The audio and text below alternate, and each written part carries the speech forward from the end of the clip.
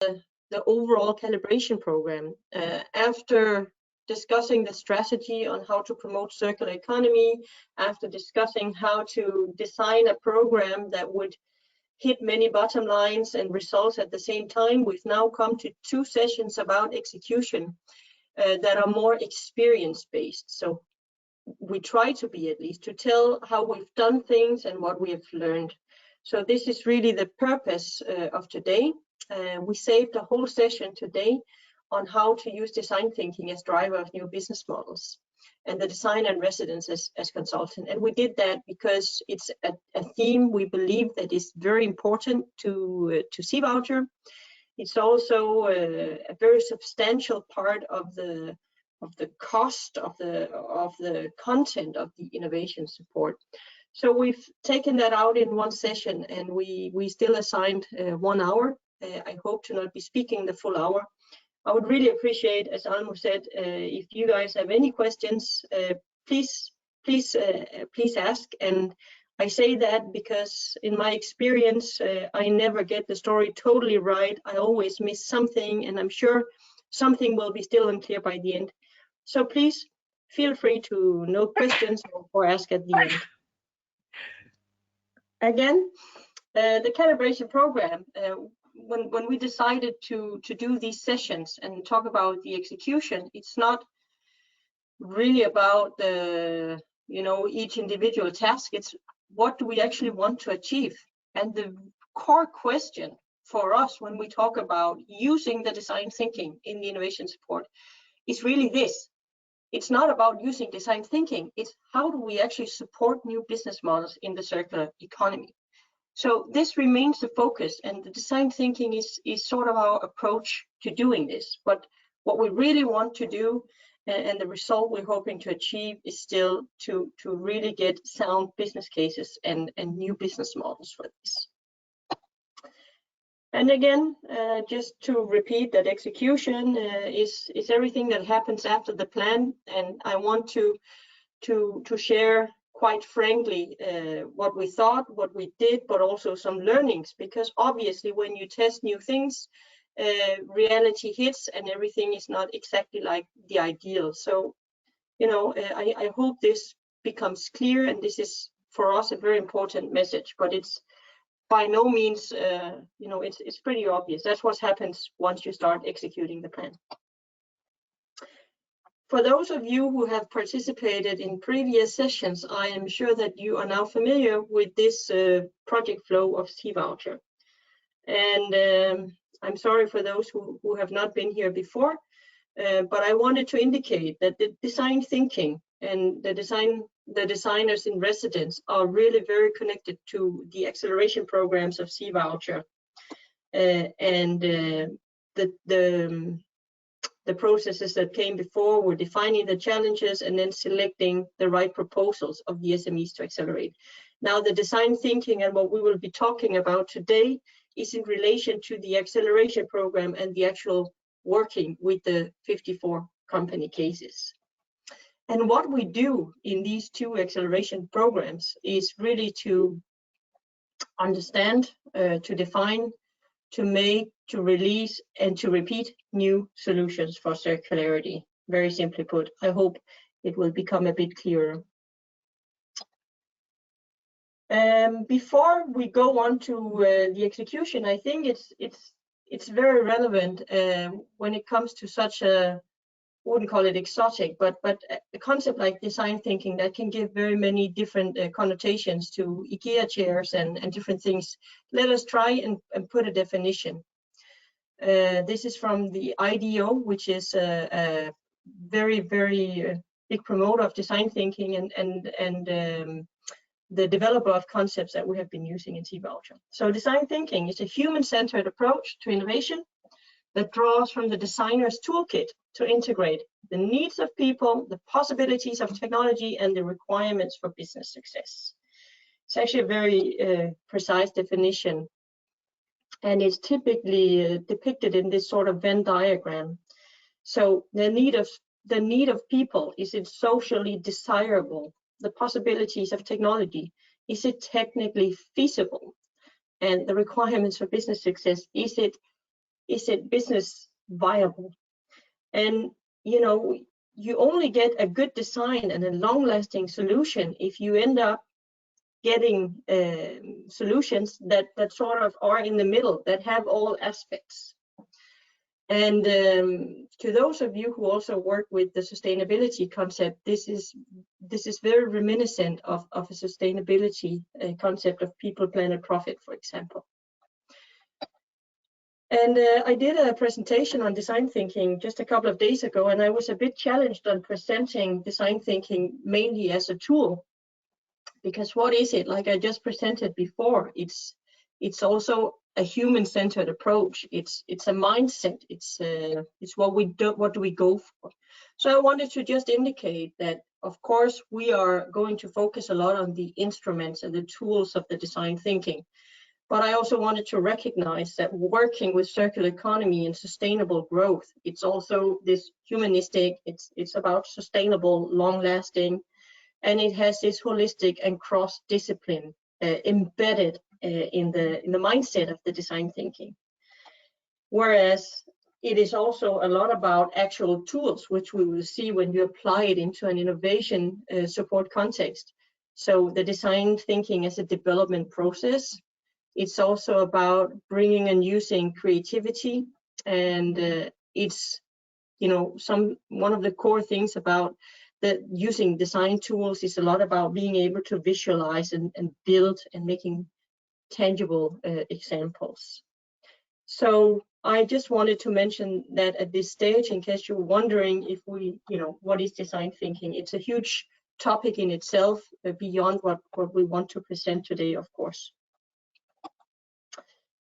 What is very important and what we have been inspired by, and what our designers have been working with to create these new solutions for circularity, is the design thinking process, which is very often depicted as this 5-step process.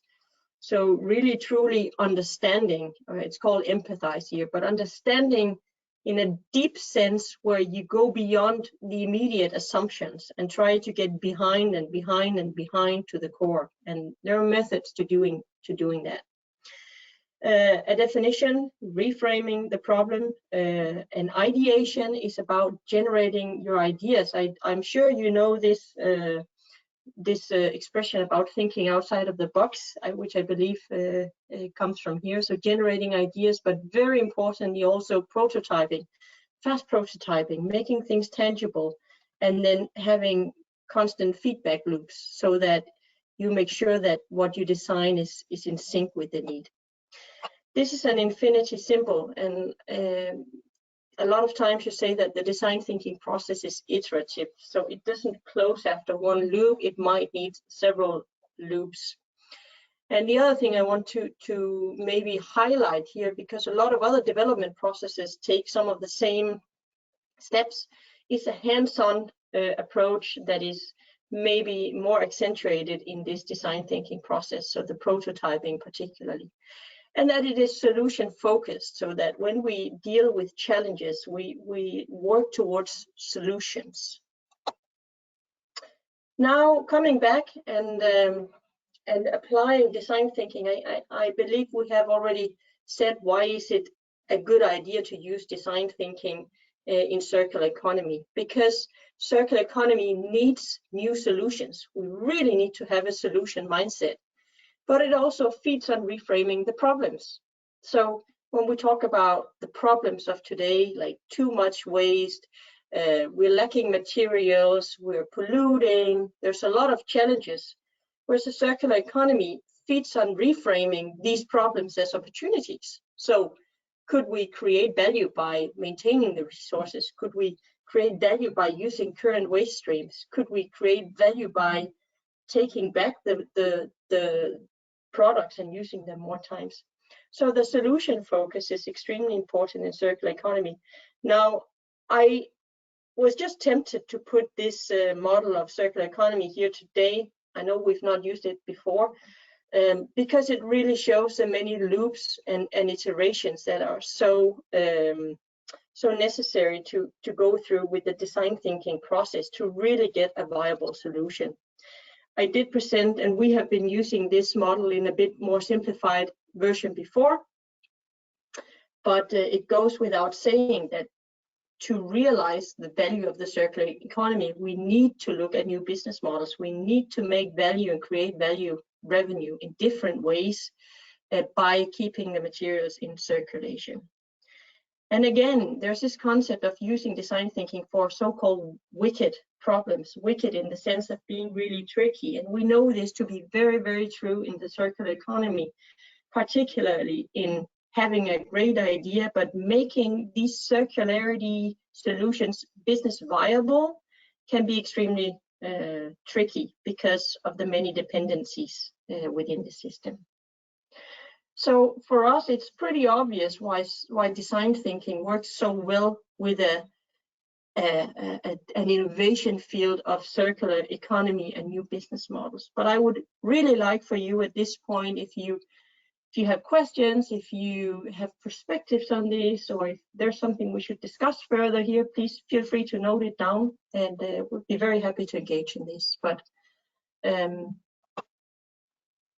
it goes with this. I hope to have presented that design thinking is absolute core to the C-Voucher approach, and it's greatly prioritized in the innovation support. So the design thinking is something that we've spent a lot of resources and thinking and time on getting to work. And we've done that, implemented into these acceleration programs. So our 2 acceleration programs, the circularity program, where we over 9 months also develop or prototype a new technical enabled solutions for circular business models, and the adapters program, where we over 3 months try to create a business case, a feasibility study of companies wishing to embark on sort of similar or circular business models or solutions. So the designer is really, really working and being applied in these 2 programs very concretely with the circular solution definition, with the co-creation of the solution with stakeholders, and with the circular business case development. That is very concretely how we have tried to apply the design thinking and creating a design-driven innovation into circular economy. I am also made aware that the concept of the design and residence, it's both something that is fascinating. You stop and you say, what is a design and residence? That sounds interesting. No, it's been presented briefly before, but it's been a very core concept in C-Voucher that we have been testing and developing. So let me start with a definition. So a designer in residence is really that consultant working with the SME beneficiaries. It's sort of this consultant role working in these acceleration programs and doing the circular solution ideation, etc., like we saw. However, and I think this is a very important point, the designer in residence is actually an expert profile that is hired into the regional innovation hub, being the regional agency and the clusters, to infuse innovation and current design principles and insights into the ecosystem. So really trying to infuse this capacity into a broader ecosystem. And when we said this could be a very good idea to create circular innovation or innovation support, it's not a person that you just go and advertise for. So getting the right person has been a big focus for us, defining which professional profile do we need. Also to make sure across the 6 regions and the many different backgrounds, how do we ensure a common approach in these design consultants and the working methods. And finally, how do we, not just do design thinking for the sake of design thinking, but really work it into the acceleration program and sort of ensure that it works together with the overall progress of the companies in case. And so what I will be describing now from the design and residence is how we work with the job profile, how we did training and what resources we made available for the designers, and also how we did a program management to ensure the progress of the design-driven innovation in the programs. So I'm going to share with you the profile that we were advertising. A designer in residence must really have in-depth knowledge and practical experience of service design and design thinking. They must have a thorough understanding of the concept of circular economy in relation to business model and process development. They also must have practical experience of change management, ability to take lead and facilitate in developing core processes by engaging stakeholders at different levels within an organization.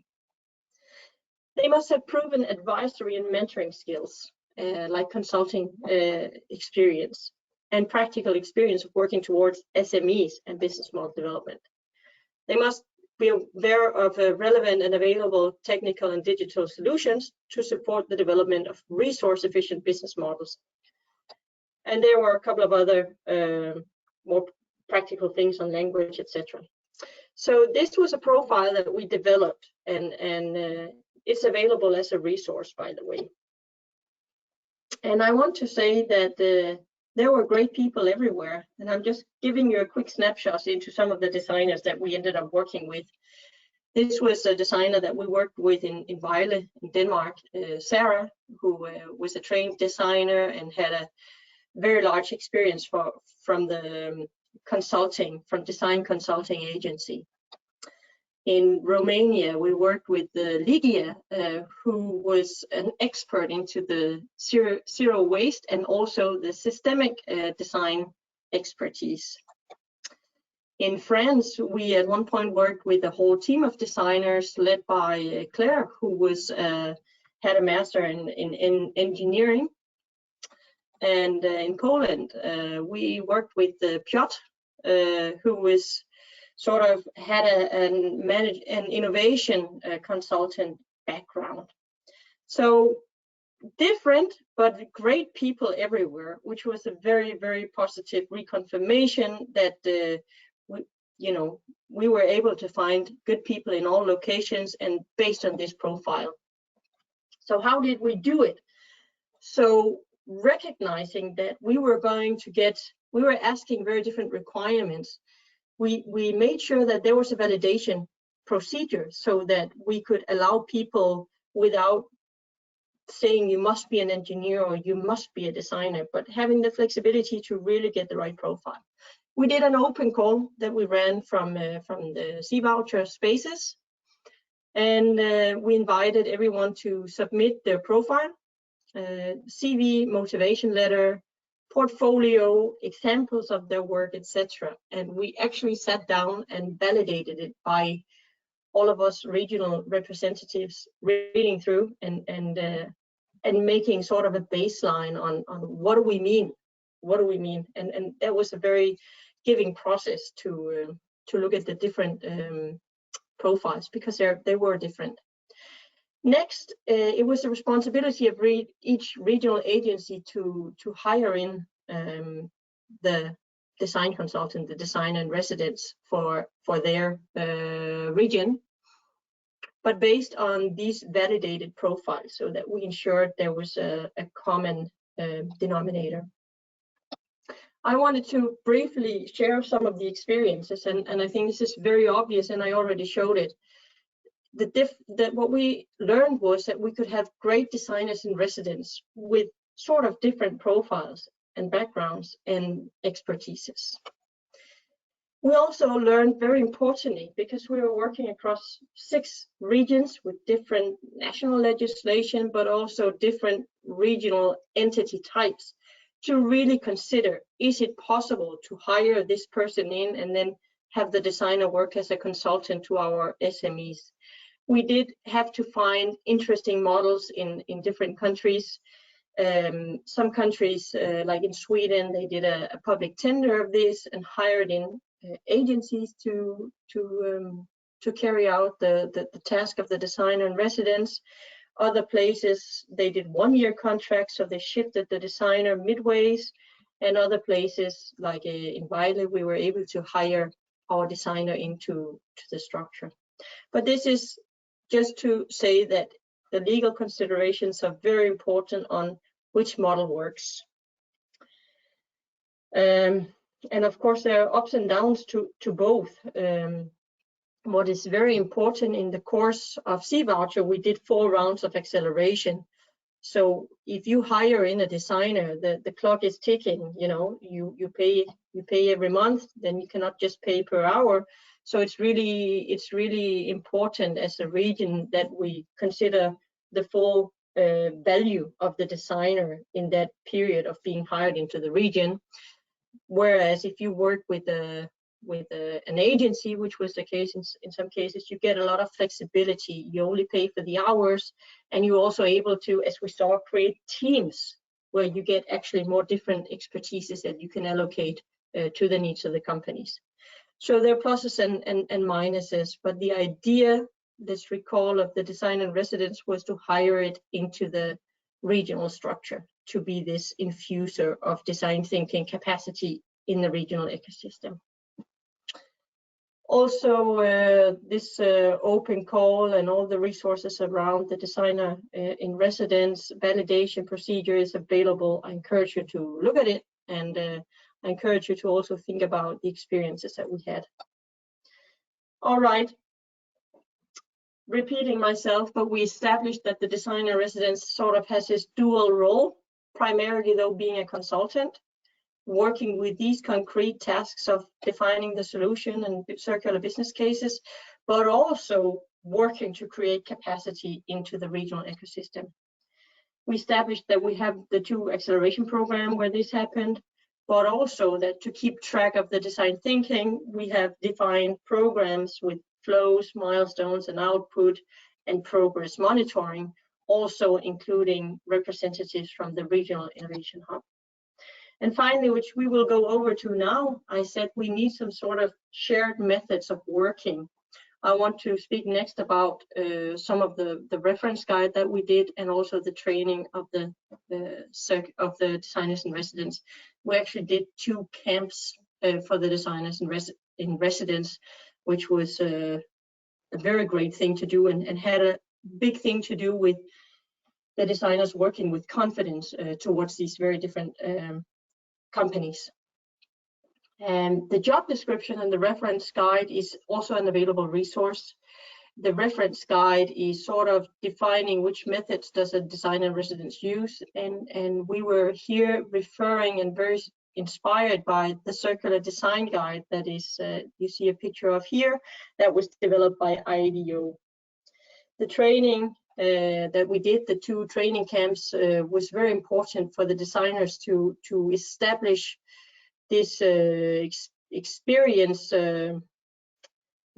exchange, but also developing sort of an active community and network where the designers were eventually able to ask each other questions, or perhaps refer to each other, or see similarities across the cases.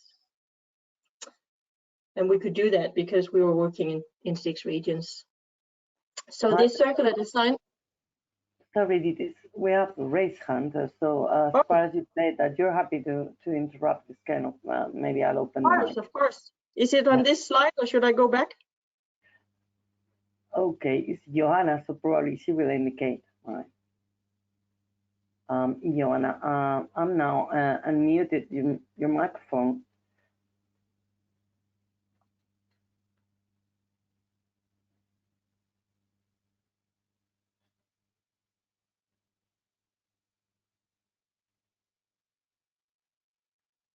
Perhaps we should. There we go. Hi, there were some slides in which there was a particular noise and interruption, but now the last ones, everything is perfect. It's okay, the sound. Thank you. Okay, so sorry for the interruption, Didis. Please go on. All right. I wanted to just provide a direct link here to that circular design guide. It's what inspired the C-Voucher reference guide. It's sort of the state-of-the-art or mainstream or go-to guide for hands-on methods that you can work with in the circular business model development. So instead of going through all of it here, I encourage all of you to just go directly to the guide.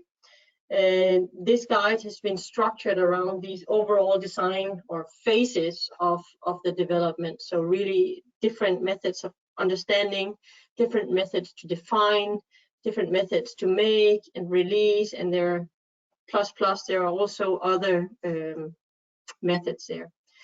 It's also extremely user-friendly. You can go to each method, you can print it, you can plug and play with these resources. It's really been a resource that has been very applicable into the C-Voucher. And just to give you a few examples, we've used a method to call the stakeholder buy-in. So a way of mapping the stakeholders for each solution. This has been a method that we have applied with all of the companies.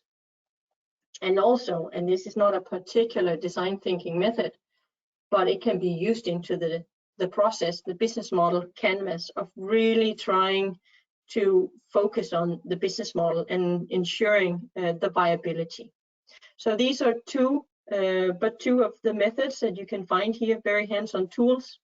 It's what we built the reference guide on, and it's freely available. So we were using these processes across the 12 solutions, so the 9 months program where we did technical solutions, and the 42 replication or adapters programs of 3 months. And again, I'm not going to go into the cases, we've been through it before, but I really encourage you guys to take a look of some of the solutions, but also some of the business cases. And they span on these different prioritized domains. We have a lot of manufacturing, we have a lot of food, we have a lot of textile, but we also have a few blue growth examples. So these are the prioritized domains that we have been working with. Please go and have a look again at our cases. Finally, I wanted to say that the design thinking process was sort of contained in these programs. I'm not going to go through the picture because the picture here is the 9 months program, which depicts what are the overall phases of the solution definition, of the solution prototyping, and then of the business mentoring to really leverage the solution onwards. This is all available as resources. So the program, the circularity program, and all the templates are available as C-Voucher resources. But the important point I want to make here is that the design thinking was contained time-wise and program-wise with defined outputs and milestones, which I believe is quite important, but also a challenge sometimes. Another thing that we used was the opportunity to for the designer and residents, with and without the company, to report on the progress using mentoring committees, where we actually assemble different people from the Regional Innovation Hub and from the C-Voucher program management to discuss any challenges, etc. underways. I would also like to make a point that the design and residents is really working, together with the regional project manager in the C-Voucher case. So making sure that the designer works very specifically with advancing the SME business case and not doing a lot of other stuff that they don't have the same chances to do in the region is important. So the collaboration and basically also the chemistry is very important for making full value of the designer. And then what we also did in C-Voucher and what we found was just necessary is that there will be times, especially in the 9 months program, where we use external providers and where this technical solution technical solution development can incur a lot of delays based on third parties. So we've also made sure that we had this sort of problem solving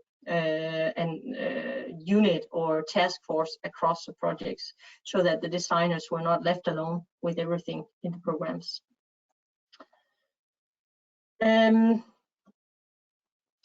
A few things that we have learned. We learned many things, but again, this was sort of testing and developing a new category of the designer in residence. And what we learned from their work with the companies is actually an overwhelmingly positive feedback from the companies.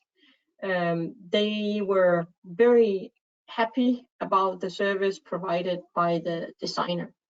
And if I should just, sort of synthesize some of the comments, or some of the differential value of a designer, has been this visualization. I've given you but one example here, but it's really quite impressive when we see some of the reports and the outputs from the processes. What is very clear is that the visualization is a very, very good way of communicating, and has been very helpful in the processes of defining the solutions. So design and visualization is definitely a tangible differential value.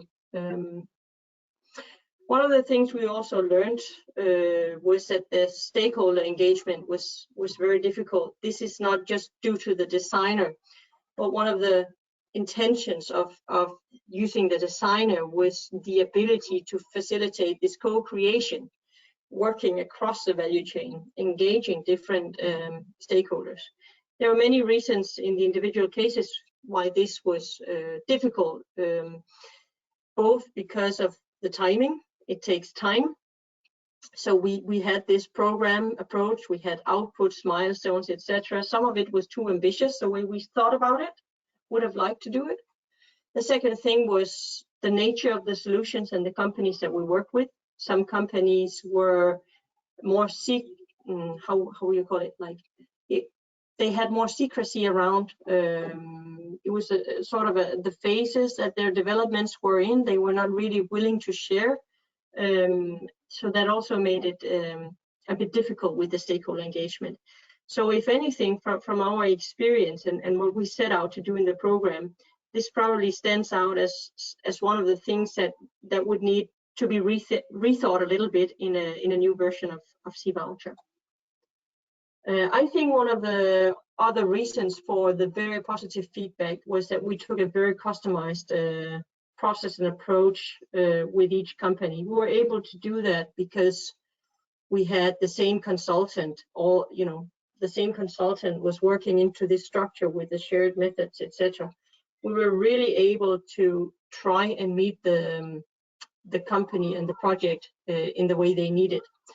And customized process could be that one company were not so familiar with the development processes, or certainly not design thinking, and needed more support, whereas other companies were much more independent and driving the process on their own. So what we were able to do was sort of to view the companies within the programs a little bit in a portfolio way.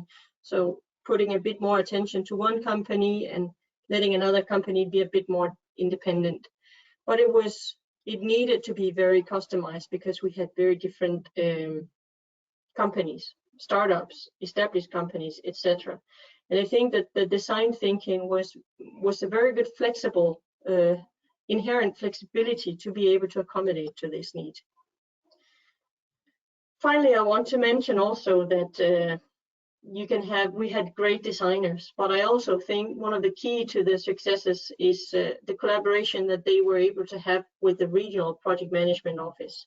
So the regional agency really working with the designer, really trying to play in the city or the region as a platform, trying to make opportunities and get engaged with the designer. So this was very important, and I think also our experiences is that, as I mentioned before, having a designer in residence that you hire into your structure and meets up in the office every day gives one type of work dynamic. The upside here is that you know each other very well, that you can support the designer. The downside is that it's the same designer with the same background, no matter if it's a startup company in Blue Growth or if it's a very established manufacturing company, it's the same designer. Whereas if you're working, like we did see in some countries and some cases, with a team of designers from an agency, you don't have them in the office every day. You have them more on an hourly schedule. On the other hand, you're able to really set the team depending on if you're working with a textile company or you're working with a food startup or whatever. So I think we have learned at least that the concept of the design and residence has overall been a very good experience, that we have also seen that it could work in quite different ways in terms of the organization, and that we have seen a lot of good feedback from the companies on the designer. But making sure that the designer gets to use sort of their expertise into the programs and really focus on those key processes is quite important. So really supporting it and not leaving the designer to be on his own with the companies is quite important. So infusing the regional ecosystem with design thinking really also needs an effort from the regional innovation hub, and it needs motivation. Those were some of the learnings, and there were many others, but I just wanted to fill out one slide, so that's what I chose. And I hope, or perhaps maybe there's something else I forgot. So now I actually finished what I had to say, and we still have 20 minutes left. Maybe I cannot see on my screen if there's any raised hands or anything, but could be there's something unclear. Not at the moment, but they have made a couple of questions during your interventions, like here comes the reminders. Yeah, all the information that is being shared in the sessions are being recorded and they are available in the C-Voucher online community. We will also share there the slides, and the templates and the materials and resources and tools that Dite has been mentioning during the presentation are also there. So yes, you just can drop us an email to the C-Voucher help desk account. That's on the questions. You can check for the email address, and we will invite you. The reason for this community to be private is to make sure that we're among peers. Like we have a targeted audience of people who's working to create a program to promote circular economy, so that you feel comfortable and you can talk to the other peers in the community, because it's not about just us saying what we did, but also you can find there some other people that are facing the same problems or doubts that you have, and probably you'll be interested in checking for another point of view, and maybe you can even collaborate. So yeah, you can still join the community whenever you want to, and you can see the materials there, right? So again, no questions still, no hand raised. If you want to speak out loud and make questions, please raise your hand and open the microphone for you so that you can ask Dite directly. Yeah, and while you guys get just a moment to think, I actually would like to say that exactly the designer in residence profile, the validation procedure, some of these materials and resources, I think are some of the most plug and play from C-Voucher, because what we also learned was that no matter the market or the region that we were working in, we're actually able to find people with very different backgrounds, but that were able to work very efficiently and high quality with the circularity program. So I would encourage, even if design thinking is something that is very mainstream in your region, or whether design thinking is not really a discipline, it's not really something that is so mainstream. I can just confirm that no matter using the profile and the resources from C-Voucher, I can only confirm we're able to find great people everywhere. So that's a really optimistic message from our side. And I also wanted to comment, maybe some of you were thinking, how did the small companies react to this? I think one of the learnings that we had was also to make sure that the terms, the terminology, saying design and residence, etc., is something that, you know, we don't need to communicate that to the companies. Some find it weird, some find it alienating, some find it irrelevant if we start talking about the design. So I think we have been a little bit tactical in positioning this as a business and innovation consulting, and then more back-end. We've spent some time on getting used to speaking about the designer in residence as a back-end term. What is really important for the businesses and what is really important about the acceleration program is to provide a super relevant support for development of new business models for the circular economy. It's not that the design that is the key, it's a result. So just a note about the wording, because the wording has been something very much discussed. You know, what is design thinking? Is it something exotic? Is it something with a lot of post-it notes, or what is it? And I think making it very tangible in the acceleration programs, it's not been an issue or a concern of the companies either, but wording is important here.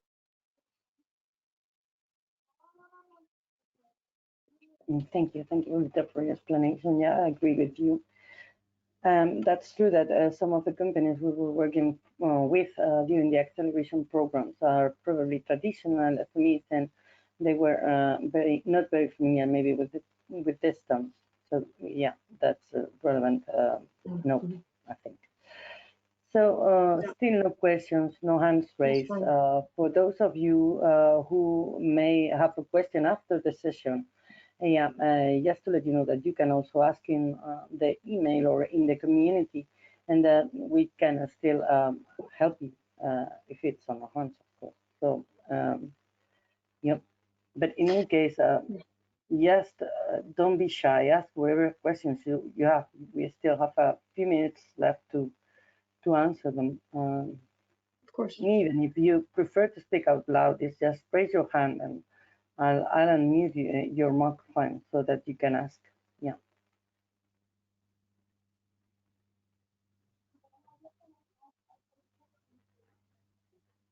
Okay. I want to say one last thing. So if you are about to work with a design consultant, you might not want to do an open call like we did. We really wanted to create visibility, a pool of professionals. Now, one of the learnings we also had was that it was very important to set the expectations that we were trying to promote this group of professionals, where a lot of the designers saw it sort of as a job application for the design and residence. And, you know, we needed one design and residence in each region, not 100 profiles. So really being specific about, well, in our case, we've done that open call, but I don't think in a different regional setting, or if this was one region or two regions, an open call might not be necessary as such. But this would definitely be something that we would be happy to give sparing on if someone were to look into doing an innovation support with enhanced using of the design thinking, or really using the design thinking process as a core support model. Yeah.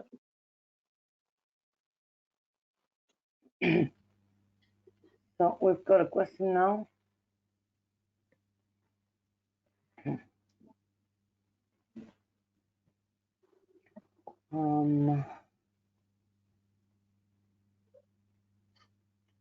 Hello, how did you compensate the work of the designer in residence with the value of the vouchers? Yes, that question. Of the voucher? Yeah. No, vouchers were strictly for the innovation, technology innovation implementation. Mm-hmm. Maybe you would like to. Yeah, actually, I'm gonna take you back to these two acceleration programs, because I think it's very relevant. And we had the two programs. The designer in the circularity program, you could say that he or she was connected to the whole project, to the whole 9 months. But the design thinking was really used in the first 2 to 3 months, where the solution was defined and where sort of the tender for the technical services was prepared. because in C-Voucher we used in the circularity program, we used the 60k euros for technical services provision. It could be that it could be contracting of a software and development of a digital interface on a business, and that was contracted. And one of the designer was really primarily working with the company up to the definition point of that solution, but was also sort of holding the hand of the company during the 6 months of the piloting of the solution.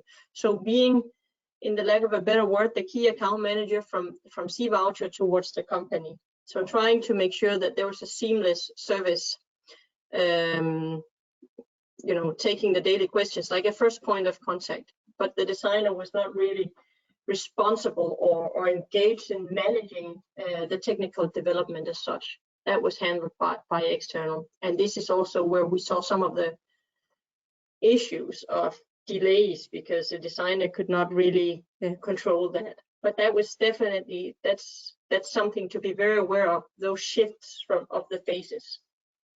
Whereas in the 3 months program, the voucher, the lump sum of 15k was merely paid out to the company to cover expenses, their own expenses, and it was paid out at the end, and delivering the circular business case that was then approved, and not even just a business case. It was actually finished with an active pitch of the business case. So in each case, I mean, the 9 month project with transferring to the technical phase is very well spotted, but that was sort of a weak spot where we needed to do a lot of support from the program, for sure. I hope that answers. If not, please keep it coming.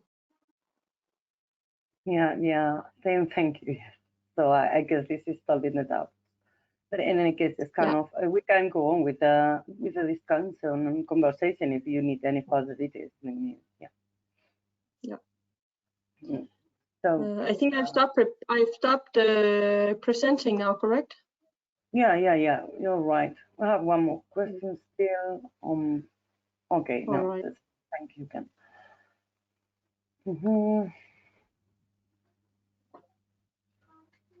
In any case, if some of you are from the regions or countries that were also in C-Voucher, I encourage you to contact them directly for knowledge on how they were able to hire the designer and residents, and sort of the solutions that they found to work well. I'm not sure where you're from, but I think that might be an interesting follow-up for you guys.